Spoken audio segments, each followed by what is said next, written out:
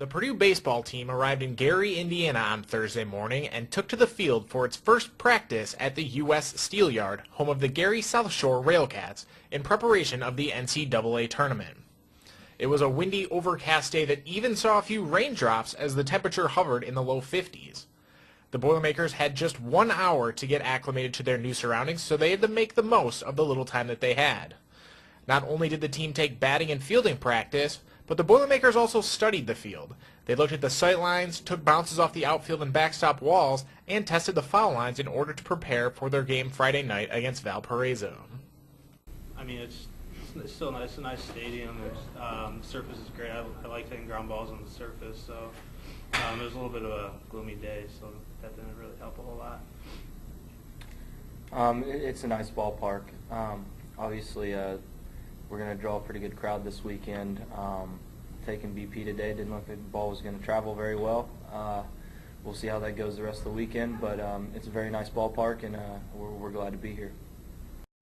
Though Purdue is the 1 seed and the hosts of the regional, the Valparaiso Crusaders are just more than a half an hour from the U.S. Steel Yard, while Purdue is closer to an hour and a half away. Despite that fact, the Boilermakers are confident that their fans will paint the 6,000-plus seat stadium old gold and black. I feel like we'll have a very big fan base with our local players and just with the traveling. West Lafayette's not too far, so I expect our fans to come and hopefully outnumber theirs, with us being the host. Yeah, I mean they're close to home, like you said. They're the closest team to this stadium, so they're definitely going to have fans, and they're going to be excited to play even closer than the host team to home. And they're going to come out trying to give us their best shot right away. So we just got to, play our game and stick to our strengths and not try to do anything crazy. Coach Schreiber also talked about approaching the NCAA tournament the same as any other series and said that the team would stick to its usual game plan, even though it's the team's first tournament appearance since 1987. Our preparation has been pretty much the same. We're looking at this, even though we know it's postseason, that if we look at it as a regular 3-game weekend series, and we go in and do what we've been doing. I mean, you go out and you try to win the first 3 innings of the first game and see where it can take us.